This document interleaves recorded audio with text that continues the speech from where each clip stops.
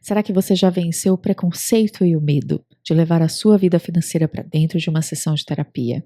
Para refletir essa relação, elaborar partes dela, integrar aquilo que está fora da consciência e poder tomar decisões emocionalmente mais maduras sobre o seu dinheiro?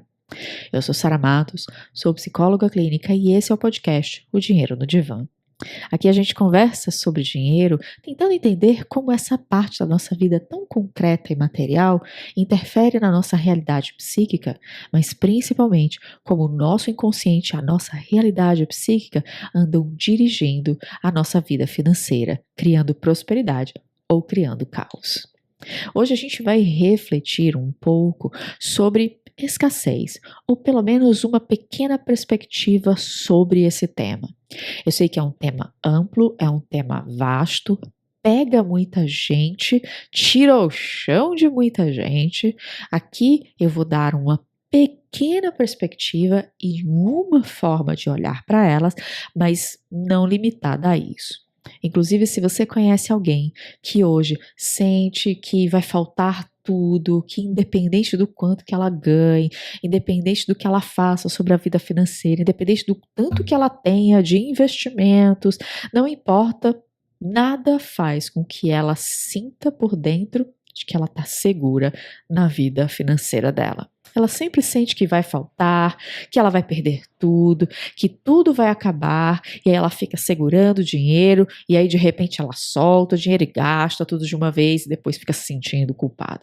Já encaminha esse episódio para ela, traz ela aqui, para ela conhecer uma perspectiva um pouquinho diferente sobre esse medo da escassez e quem sabe, assim, através de reflexões, ela possa encontrar caminhos diferentes sobre a sua vida financeira. Bom, escassez é uma coisa que eu não preciso nem te dizer que precisa ser um tema de terapia, certo? Até porque é algo que pega, eu acho que todo mundo que eu conheço. Até hoje, eu não conheci uma pessoa na minha vida que em algum momento da sua jornada, da sua própria história, não tenha nem pequeno, nem grande, sentido um pouquinho ou muitão do medo da escassez. E esse é um dos temas que realmente pega todo mundo. E não é um tema que é explorado com muita profundidade, com perspectivas diferentes, porque normalmente a solução para todo medo de escassez é ter mais dinheiro. E medo de escassez só passa quando eu tenho mais dinheiro e mais dinheiro e mais dinheiro. E é claro que aqui eu não estou falando de pessoas de vulnerabilidade social. Essas pessoas, elas não têm o medo da escassez. Essas pessoas vivem a escassez material de uma forma concreta. Aqui a gente vai conversar com pessoas que, de uma forma concreta e material, não teriam motivos para sentir medo dessa escassez, que têm um salário, que conseguem talvez viver de uma forma digna com um salário, mas ainda assim, todo santo sábado, segunda, quarta, sexta-feira, uma vez por mês, quando recebe o salário, quando está pagando conta, tem aquela sensação de que vai faltar. Tem aquela sensação de que alguma coisa vai acontecer amanhã e ela não vai ter dinheiro para pagar. E ela tem essa sensação de que tudo vai acabar a qualquer momento. E essa é a sensação do tal do medo da escassez. Eu não posso comprar esse item porque eu acho que vai faltar amanhã. Eu não posso ir nesse restaurante porque esse dinheiro vai me fazer falta depois. Eu não posso ter essa experiência e viajar porque isso pode me fazer falta depois. E aí essa pessoa normalmente pendula desse pensamento para um outro que é um oposto complementar, que é, vá se lascar, eu vou comprar esse batom de qualquer forma. E aí eu compro e uma semana depois eu tô, por que eu comprei? Agora vai faltar, meu Deus do céu, e como é que eu vou fazer para pagar? Não, no futuro vai ser tudo bom, vai ser tudo ótimo, vai dar tudo certo. Então, esse medo da falta constante, ele tem algumas raízes dentro de nós. Não uma ou duas, mas várias. E é importante que você entenda que precisam ser trabalhadas todas essas raízes e todos esses lugares de onde esse medo da escassez surge. Uma delas é sobre dar e receber. Dar e receber é a base da nossa vida. Dar e receber é um movimento de troca e é um movimento em que a vida acontece o tempo todo. Nós estamos sempre trocando com o ambiente e o ambiente está sempre nos dando informações. O nosso corpo, os órgãos estão sempre trocando entre si informações, nutrientes, conhecimento, estão sempre se regulando, se conversando de alguma forma. As nossas células do corpo estão sempre conversando uma com a outra do seu jeito. Essa troca de dar e receber, esse movimento circular é a base da nossa vida. Todas as vezes em que toda troca, todo dar e receber finaliza, a vida se extingue. Sem dar e receber, sem a troca, sem ir e voltar, não há vida. Não há possibilidade de vida, pelo menos não desse planeta. Pode ser que, sei lá, em outra civilização possa existir vida sem dar e receber. Aqui precisa do dar e receber. E quando a gente fala de dar e receber, a gente precisa entender que a escassez vem do corte do dar e receber. A escassez vem da diminuição de um processo muito mais enxuto de dar e receber. Ou eu dou muito mais do que eu recebo, ou eu não estou dando e nem estou recebendo.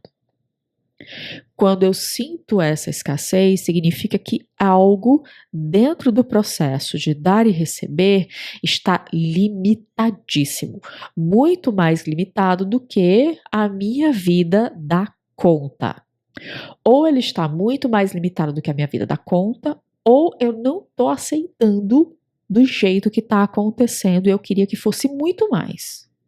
E como eu queria que fosse muito mais do jeito que acontece, me coloca numa sensação de alerta, numa sensação de que algo de ruim vai acontecer o tempo todo e eu não posso relaxar jamais.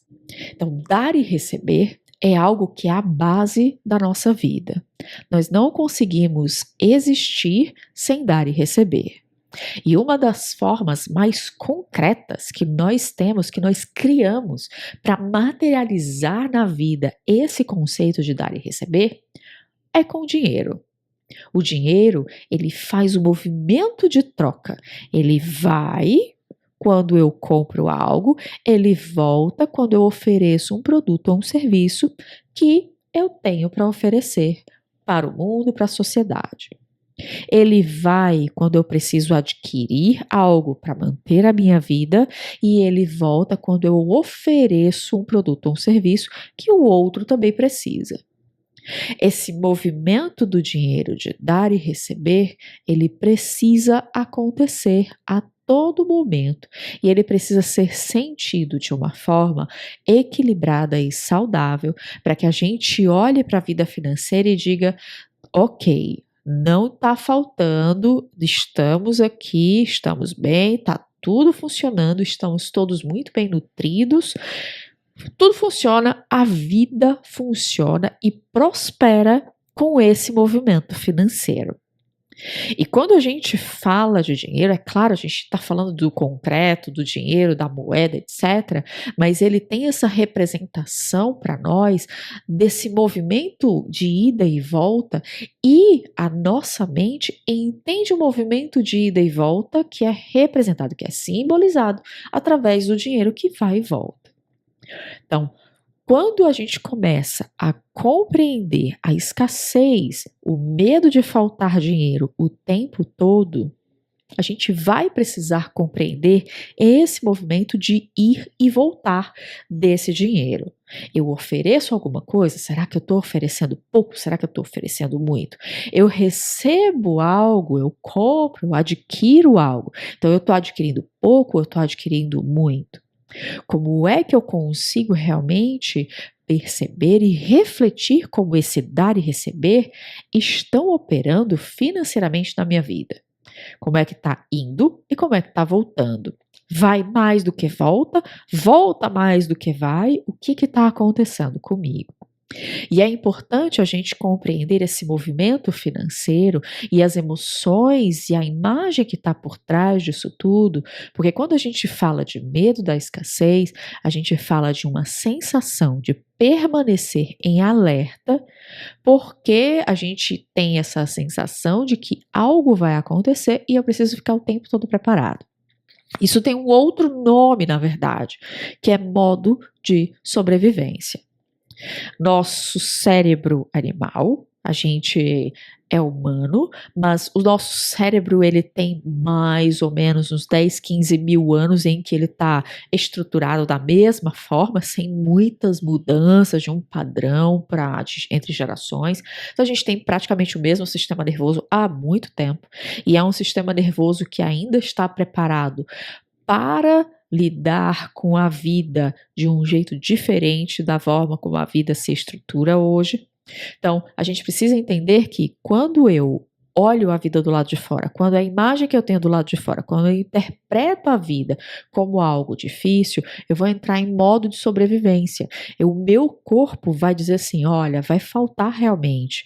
Eu estou dando muito mais do que recebendo. Eu estou adquirindo muito mais do que ofertando.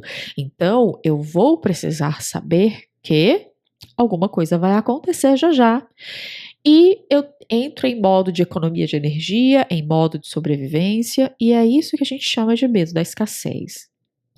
Quando a gente está lidando com o dinheiro, a gente está lidando com a subjetividade, com aquilo que é interior a nós e como a gente enxerga esses movimentos. Estou com medo da escassez, esse movimento está truncado, está limitado de alguma forma. E aí, a gente vai entrar, né? A gente vai poder refletir sobre um olhar sobre isso. Estava conversando com uma cliente e ela estava apesar do salário dela ser um bom salário, ela chegou para mim e falou: Sara, eu tenho muito medo de que algo aconteça comigo amanhã. Tenho muito medo que meu dinheiro acabe, eu me sinto ansiosa por causa do dinheiro, mesmo não tendo dívidas, mesmo tendo um cartão que eu posso pagar, mesmo tendo várias facilidades na vida.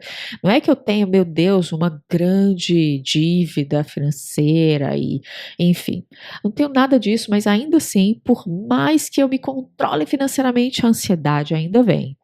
E eu perguntei para ela assim: como você vive sua vida? O que você entrega para uma outra pessoa? Como anda o seu dar e receber? E ela me falou algo assim: sabe o que é, Sara? Eu faço para o outro aquilo que eu gostaria que ele fizesse para mim. Eu faço ao outro o bem que eu gostaria que essa pessoa também fizesse para mim. Então eu dou ao outro aquilo que eu gostaria de receber dele. Esse é o meu dar e receber. Então eu dou ao outro algo que eu gostaria de receber dele também. E eu expliquei para ela o que eu vou explicar para você agora. Esse pensamento que eu acho que, se eu não me engano, é chamado regra de ouro, em que as pessoas dizem: faça ao outro aquilo que você gostaria que fizessem com você. Essa frase é uma frase muito difícil de ser executada na realidade, sem trazer para uma pessoa uma perspectiva de que efetivamente vai faltar e de escassez. Às vezes é possível executá-la e tem gente que faz e se sente muito bem e não acha que o dinheiro vai faltar nunca. Mas para a maior parte das pessoas essa não é uma realidade. Isso porque você acaba entregando para o outro, inclusive muito mais do que o que você pode, com a esperança ou até mesmo chegando com a exigência de que o outro te devolva na mesma medida, na mesma condição, para que você se nutra novamente, internamente ou materialmente, porque você entregou para o outro algo muito maior do que o que você podia, se desnutriu financeiramente e está esperando que o outro te devolva na mesma medida para que você se sinta novamente nutrida dentro dessa relação com essa pessoa. E eu falei para ela: se você entrega para um outro, mas para você fica só o resto, e você olha para o outro e diz: olha, eu só fiquei com o resto, então tá na hora de você me devolver na mesma medida para que eu me sinta de novo tranquila, talvez você não receba. E é aqui que muitas vezes esse medo da escassez acaba acontecendo. Vou te colocar de uma forma prática. Imagina só que você vai jantar na casa de um amigo.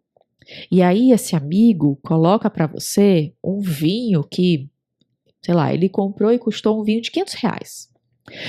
E você olha, uau, um vinho de R$ 500, eu não consigo comprar. E aquela pessoa talvez também não consiga. Mas como você está indo lá visitar, ela está fazendo um a mais, está fazendo um agrado, está te dando alguma coisa que às vezes ela não tem para ela, mas para você, você merece.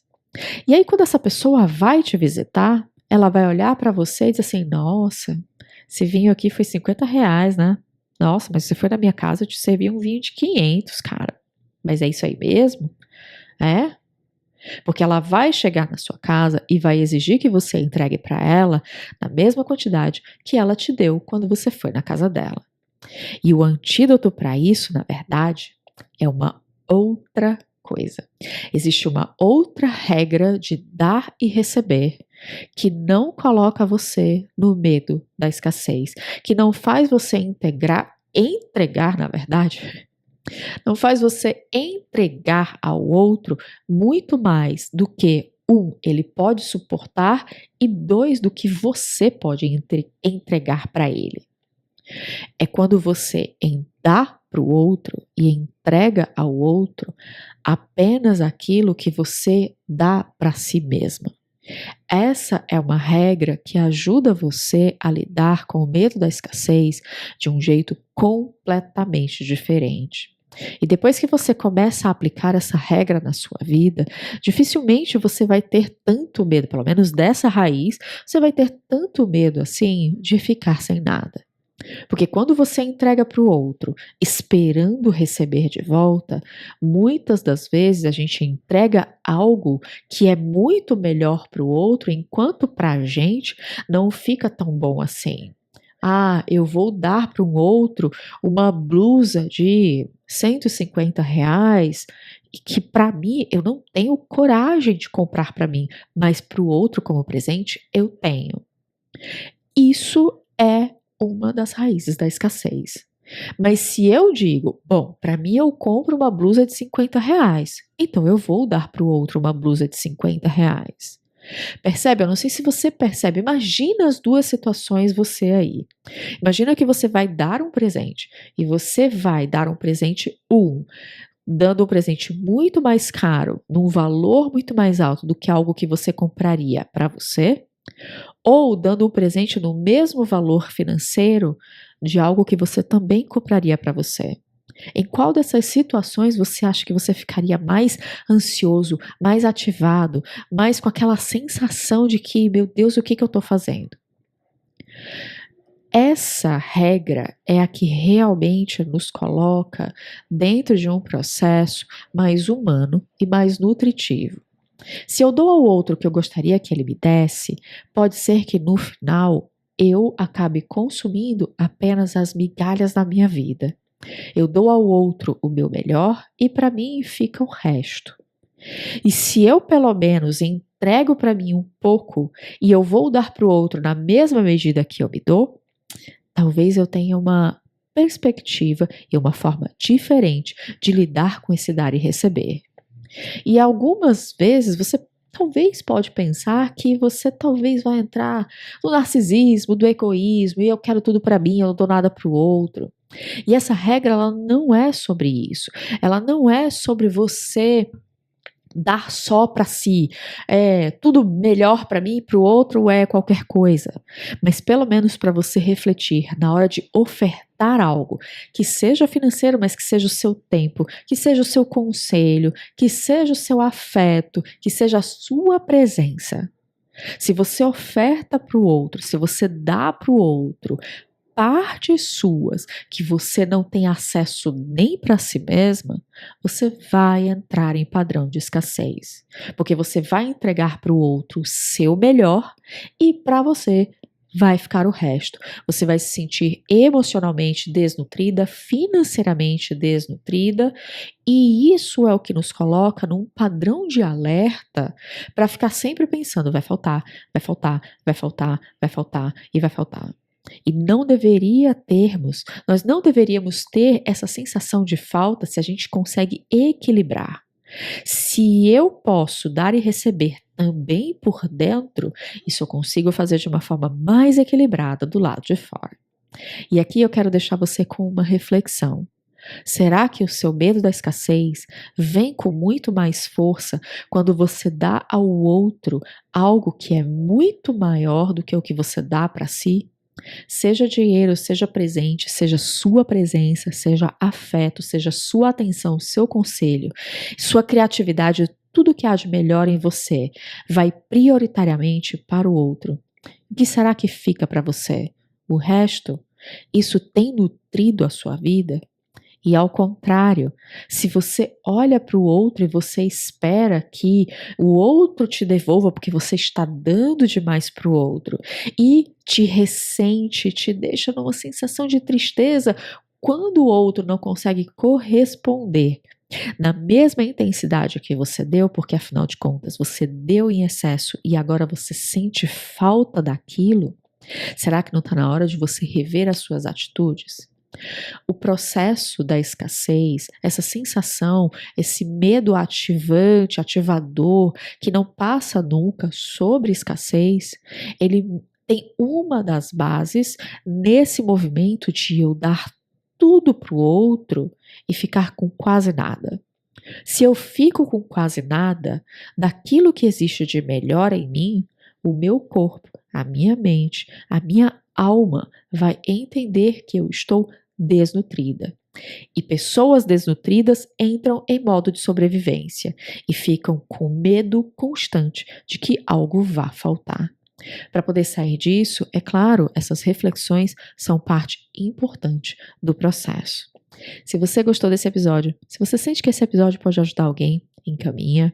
Já se inscreve aqui no canal, avalia ele, ajuda muito o meu canal a crescer, o meu trabalho a se espalhar e não te custa nada. Te vejo na próxima sessão. Tchau, tchau.